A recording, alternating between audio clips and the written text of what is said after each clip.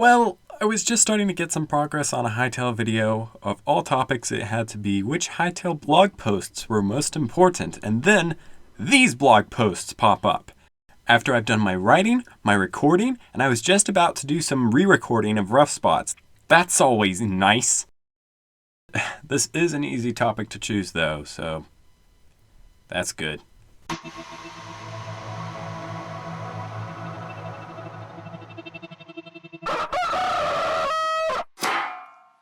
To begin more properly, if you watch anything Hytale news related, you may have seen April's blog posts, which I was not expecting, although to be honest, I'm not sure why. If you haven't seen them, then I'd recommend checking them out for yourselves, or you can check out Legion Gaming's video on them that did a pretty good job summing them up.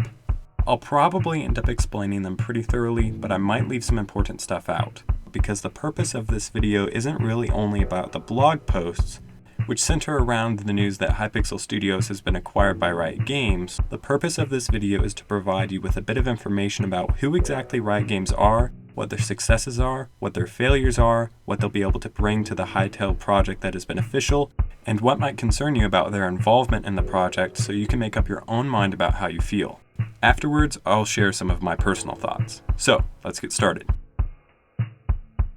Riot Games was founded way back in 2006 by Brandon Beck and Mark Merrill, and the company produced its first game, League of Legends, in 2009, which was an enormous success. Riot Games distinguished themselves from the rest of the games industry at the time by departing from the typical business model of release game, maybe add some bug fixes, and begin development of next game by releasing League and continuing to update it until present day, with no plans to discontinue updates unless I'm mistaken. Riot Games has also been known as a leader in esports, and its League of Legends tournaments have drawn enormous audiences online and in stadium. Riot became a very successful company over the years and was acquired by Tencent mostly in 2011, and Tencent bought the rest of it in 2015. Like I said, Riot is big in esports. The 2019 League of Legends World Championship garnered a massive 44 million concurrent viewers online and sold out over 20,000 seats in a stadium in Paris. And that wasn't the first time they'd had an enormous audience. They've had enormous audiences for years. And of course, League isn't just a success in esports. Its player base is enormous, with tens of millions of players on each day and nearly 100 million monthly players. Which, by the way, was before everyone was self-isolating. It's not dying by any means, even though it's way older than another particular game that is a couple of years old. And in regard to how profitable Riot Games is, I couldn't find any numbers besides League of Legends, but League is their main moneymaker, and the profits for it in 2019 were a whopping $1.5 billion. For a little bit of context about how big a number that is, that's like working 10 hours a day at McDonald's, every day of the week, for 60,000 years. And that number was up from $1.4 billion the previous year. It made $2.1 billion in 2017 and $1.7 billion in 2016. Not many game companies are immune to mistakes, and Riot is no exception. Most of the ones I've seen are basically just some mistakes in the meta of League and some pretty bad bugs, which is understandable and it's not really a major deal. There was a gender discrimination case filed against them, but I honestly have no idea if that was credible or not, and honestly, I don't think I'd do anything but hurt myself if I covered it too much. So if you want to look into that case a bit more, feel free, but I'm not going to comment on it. Beyond that, Valorant's anti-cheat looks kind of suspicious, but it could be fine, so we'll have to see. Any game studio that makes as much money and has as big of a player base as Riot Games has is going to have some excellent resources at their disposal.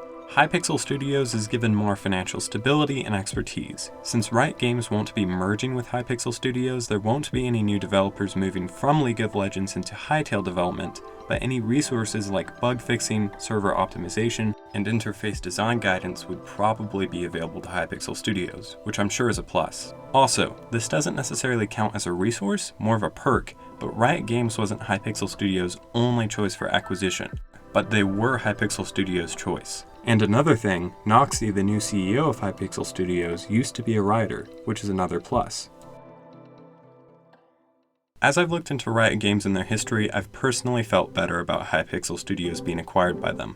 At first I thought, oh dear, a big game company has just acquired a really interesting passion project. And yeah, a really big game company has just acquired a really interesting passion project. Still, it could be worse. EA could have bought it. That would have been concerning. The worst part about Hypixel Studios' acquisition by Riot for me is that there will be a board of directors with representatives of both Riot and Hypixel Studios on it. I'm not terribly worried about this, but I would like to know the percentage of representatives that are from Riot and the percentage that are from Hypixel Studios on the board of directors, as well as the decisions that the board will be involved with, which I'm assuming are going to be big ones that could affect the sales of the game or in-game purchases. Beyond that, I'm excited by the stability and resources that Riot will be able to provide to Hypixel Studios. I'm curious if they'll move in the direction of esports with some of their servers, and the fact that Riot's main title, League of Legends, has been successful for so long is also an encouraging factor to me. I'm just really optimistic in general because even though I like the romanticized idea of a little game studio making it big on their own, Riot offers a lot, and it's not EA. Anyway, that's it for me now. I'd love to see your takes on this, so if you want to, please comment. Feel free to like and subscribe, and if you didn't enjoy something about this video, let me know. I'm always trying to improve the quality of the channel. Alright, Funky out.